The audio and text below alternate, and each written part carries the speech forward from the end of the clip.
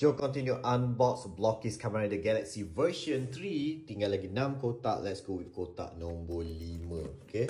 Right, kotak nombor 5. Dan beratnya ialah 69 gram. Okay, seperti biasa ada 2 blind bags dekat dalam ini. Dan kita tengok yang blind bag ni yang tahu kita dapat apa. Okay, ada silika gel dekat situ.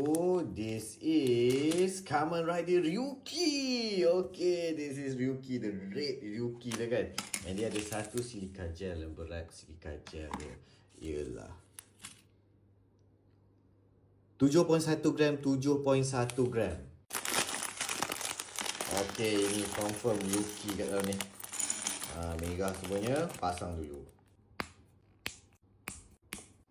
Alright, daripada Kamen Rider Ryuki blank form, now dah ada Kamen Rider Ryuki.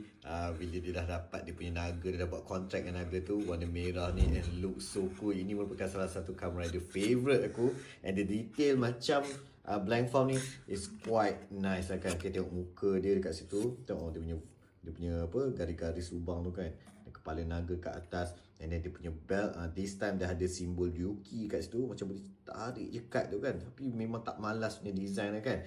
And then look at the drag visor ni. Sebelum ni was blank macam ni kan. Now dah ada dragger tu. Nampak detail juga, nampak tu ada mata dia, ada line-line hitam ni. Dia tak malas. Seriously, sangat-sangat malas. Tak perlukan stiker ke decals ke, dah memang cantik macam yang inilah.